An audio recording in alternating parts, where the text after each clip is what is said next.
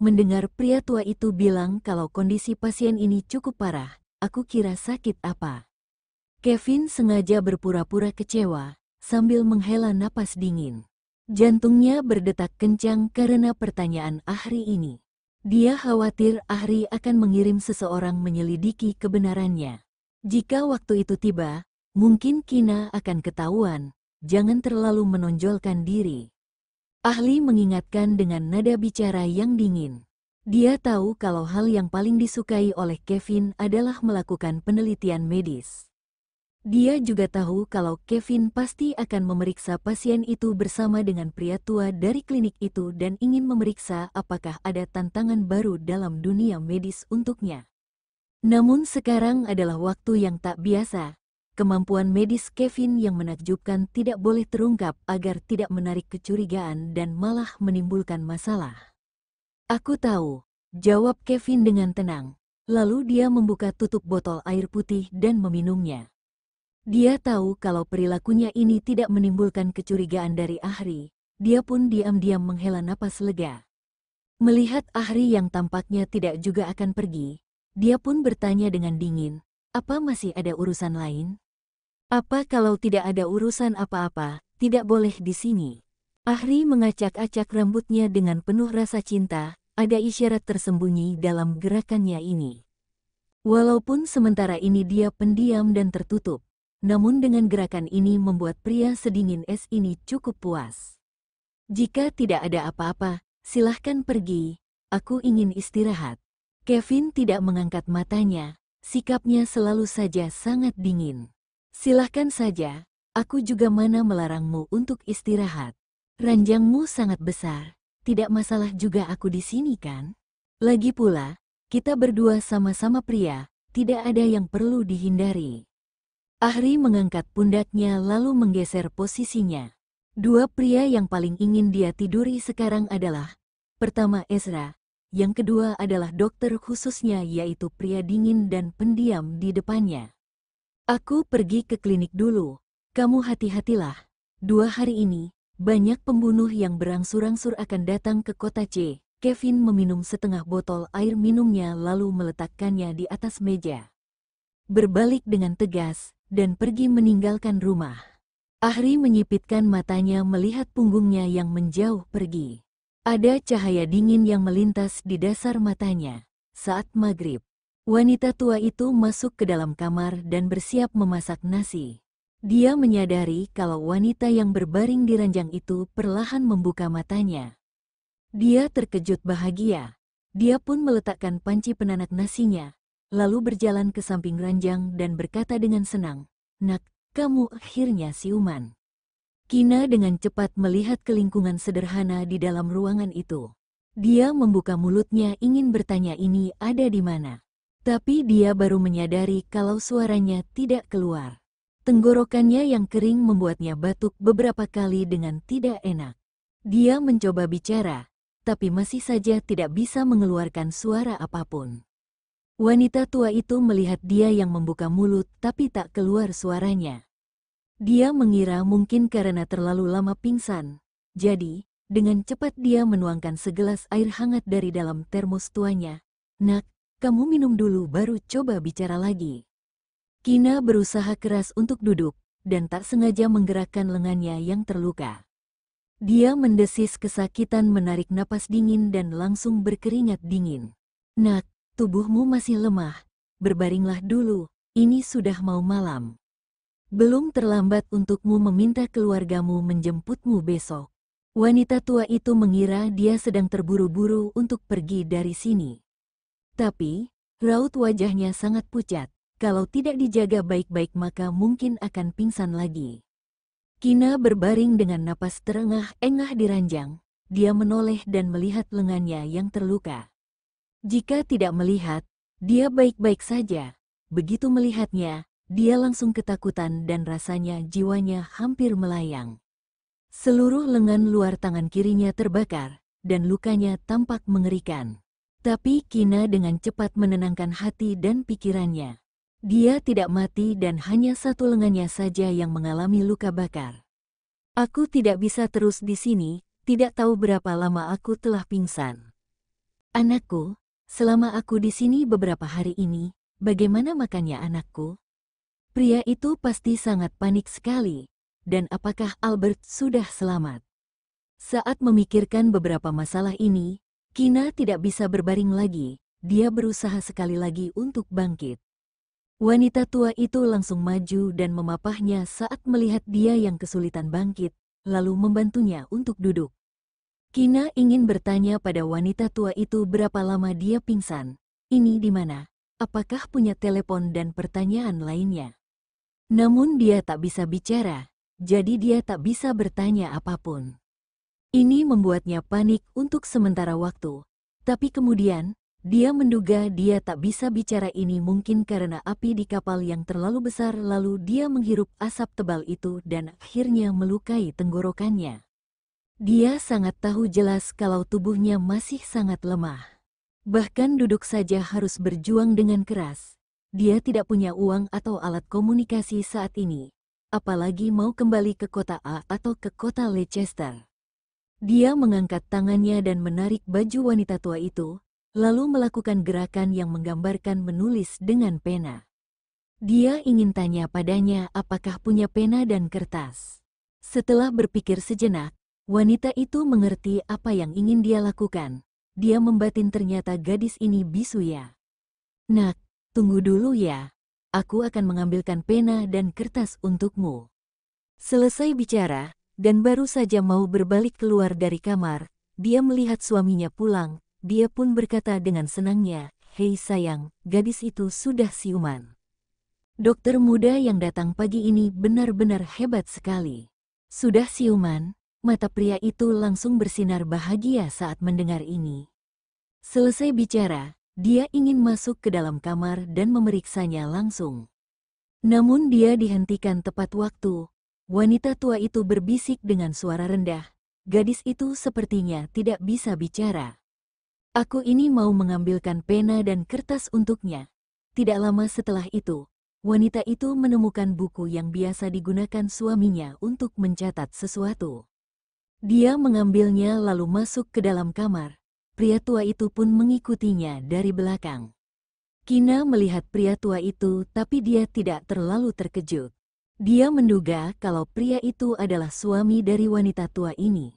Wanita tua itu tidak mengenal huruf, tapi pria itu mengenal huruf. Kina menulis beberapa pertanyaan di buku catatan itu.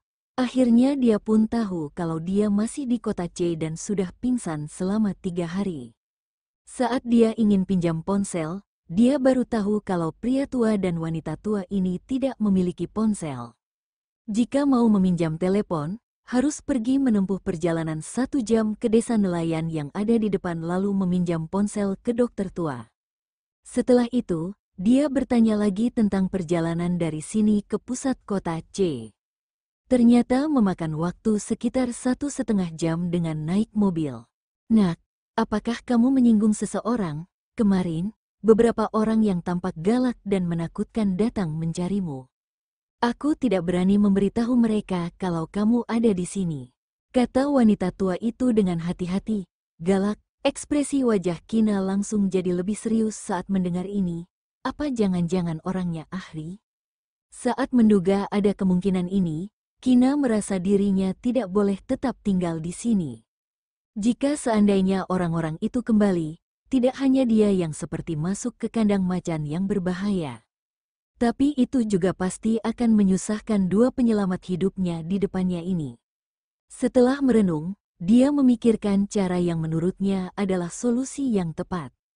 Dia melepas cincinnya dari tangannya, menyerahkannya kepada pria tua itu dan menulis beberapa hal.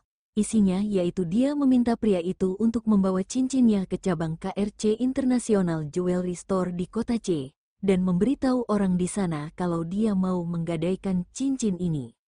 Setelah itu, dia mengajari pria tua itu beberapa kata-kata yang harus diucapkan saat berhadapan dengan mereka nanti.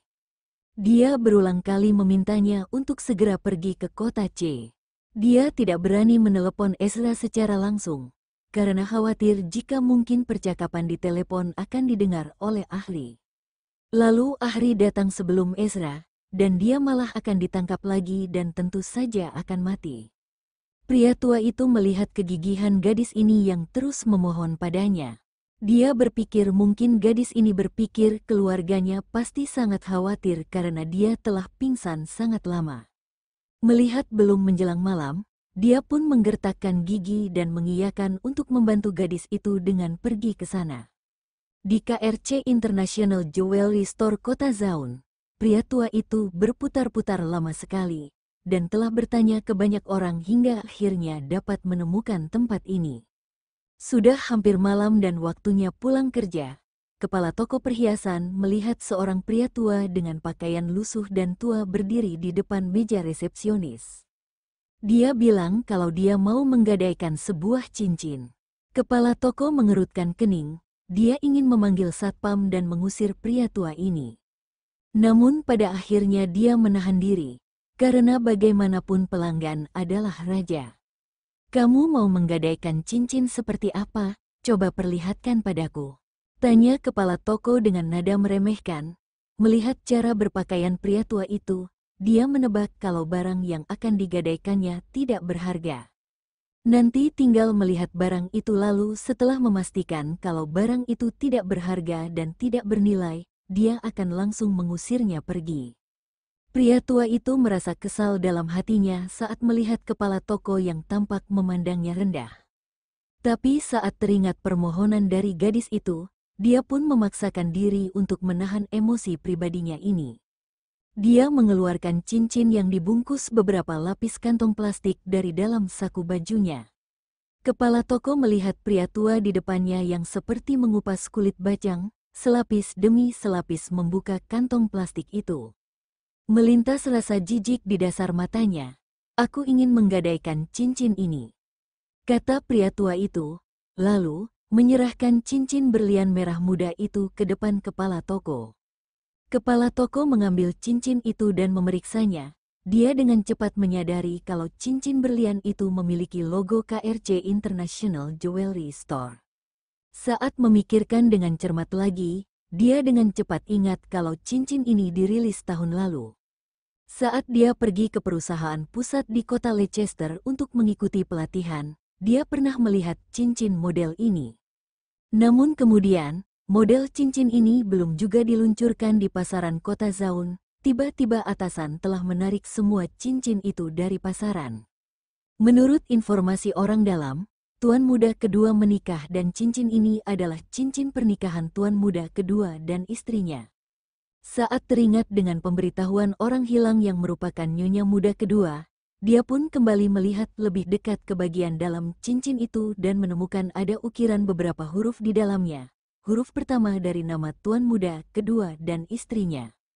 Kepala toko langsung bertanya dengan gugup, "Dari mana kamu mendapatkan cincin ini?" Pria tua itu melihat nama di papan dada di dada kepala toko. Dia pun tak menjawab pertanyaannya. Hanya berkata, "Kamu bukanlah orang yang aku cari." Kepala toko merenungkan kata-katanya ini, dia masih saja tidak mengerti apa maksudnya. "Tolong tunggu di sini sebentar." Sikap kepala toko itu tiba-tiba menjadi baik. Dia juga menyuruh sales di sampingnya untuk mengawasi pria tua itu. Sedangkan dia sendiri mau menelepon seseorang. Akhirnya ada petunjuk tentang nyonya muda kedua. Ini bukan masalah sepele, dia harus segera menelepon dan melaporkan ini pada Presdir. Vito telah bekerja sepanjang hari di luar, dia sedang makan malam. Lalu, dia melihat ada panggilan telepon dari nomor tak dikenal. Dia ragu sejenak, dan akhirnya mengangkatnya. "Presdir, aku adalah kepala toko dari KRC International Jewelry Store Kota Zaun." Belum juga kepala toko selesai bicara, Vito dengan tidak sabar lebih dulu menyela ucapannya dengan suara dinginnya. "Silahkan langsung hubungi atasanmu untuk masalah pekerjaan. Aku sekarang tidak mau mengurusi apapun, jangan menggangguku." "Bukan, ini masalah nyonya muda kedua, tunggu dulu." Kepala toko buru-buru mengatakan kata kuncinya. Benar saja, saat Vito mendengar kata nyonya muda kedua, dia langsung tidak jadi menutup teleponnya. "Ada apa sebenarnya? Katakan dengan jelas." Perintahnya langsung dengan serius dan dengan suara yang berat. "Jadi begini Presdir, ada seorang pria tua yang baru saja datang ke toko. Dia bilang ingin menggadaikan sebuah cincin. Lalu, aku melihat cincin yang akan dia gadaikan ternyata memiliki logo KRC International Jewelry Store kita. Apalagi, itu adalah model cincin berlian merah muda yang tahun lalu tiba-tiba ditarik dari pasaran. Pikirkan baik-baik cara untuk menahan orang itu. Aku akan segera ke sana. Vito sekali lagi menyela ucapannya. Setelah dia selesai bicara, dia langsung menutup teleponnya. Dia berdiri dan berjalan keluar dari rumah. Akhirnya ada kabar dari kakak ipar Kina. Namun, Vito tidak langsung memberitahu kakak keduanya. Dia ingin memastikan kebenaran kabar ini dulu. Setelah itu, baru dia akan memberitahu kakak kedua agar bukan jadi harapan bahagia yang palsu. Kira-kira 10 menit kemudian, sebuah mobil sport berhenti mendadak di sebuah alun-alun terbuka. Vito tidak peduli apakah mobilnya sudah diparkir dengan benar atau tidak. Dia buru-buru turun dari mobil dan berjalan menuju KRC International Jewelry Store. Presdir, kepala toko yang menunggu di pintu langsung menyambutnya begitu dia melihatnya. "Di mana orangnya?" tanya Vito dengan gugup. "Di sana, aku telah meminta orang melayaninya," kata kepala toko dengan hormat sambil menunjuk ke sebuah arah. Vito melihat seorang pria tua yang duduk di ruang tunggu. Dia langsung melangkah dengan cepat menghampirinya. "Hai Pak, aku Vito. Permisi, aku ingin bertanya di mana kamu mendapatkan cincin itu?" Karena terlalu panik, dia langsung bertanya ke intinya. Dia juga menyerahkan kartu namanya kepada pria tua itu. Vito Okto. Pria tua itu membaca nama di kartu itu. Lalu, dia mengambil selembar kertas dari sakunya untuk membandingkan nama di kartu nama itu. Sekilas, Vito langsung mengenali tulisan tangan di kertas itu. Dia langsung merebutnya. Dua nama di kertas itu adalah namanya dan juga nama kakak keduanya. Boleh ku bertanya di mana dia sekarang?" tanya Vito dengan penuh semangat. "Kakak ipar Kina masih hidup, bagus sekali. Masih ada satu orang lagi." Gadis itu bilang nama suaminya Ezra Okto, bukan kamu. Pria tua itu tidak langsung memberitahunya, tapi melihat ke sekelilingnya. "Tolong kamu tunggu sebentar. Aku akan menghubungi kakak keduaku sekarang juga," kata Vito. Dia langsung mengeluarkan ponselnya dan menelepon Ezra. Di rumah sakit, Ezra baru saja menidurkan putranya. Tapi dering ponselnya yang tiba-tiba langsung membangunkan anaknya itu, lalu anaknya mulai menangis lagi. Dia melihat kalau yang menelepon adalah adik ketiganya. Dia dengan cepat mengangkatnya. "Kakak kedua, ada kabar dari kakak ipar Kina.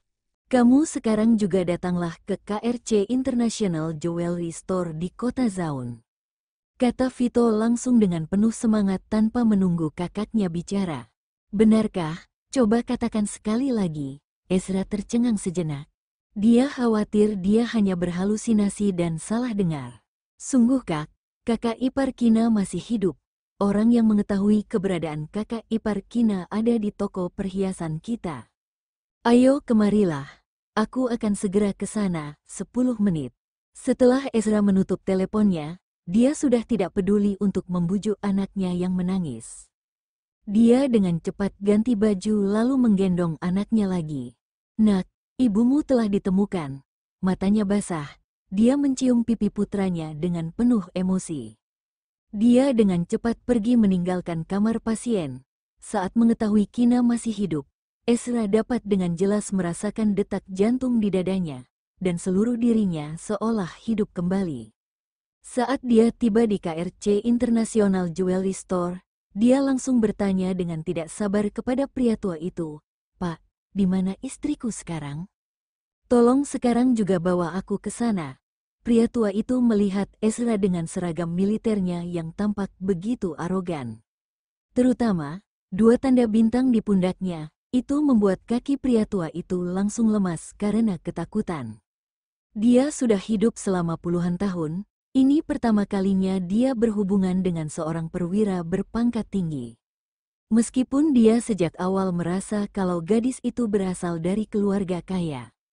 Tapi dia tidak menyangka kalau akan sekaya ini. Siapa nama istrimu? Walaupun takut, pria tua itu tetap bertanya untuk lebih amannya. Kina, kata Ezra tanpa ragu-ragu. Melihat kertas yang diserahkan Vito di depannya, ada nama yang tertulis di sana. Jantungnya langsung berdetak dengan gilanya. Itu tulisan tangannya. Barusan tadi hanya mendengar dari adik ketiganya di telepon kalau Kina masih hidup. Sekarang dia melihat sendiri buktinya. Dia akhirnya sangat yakin kalau dia benar-benar masih hidup.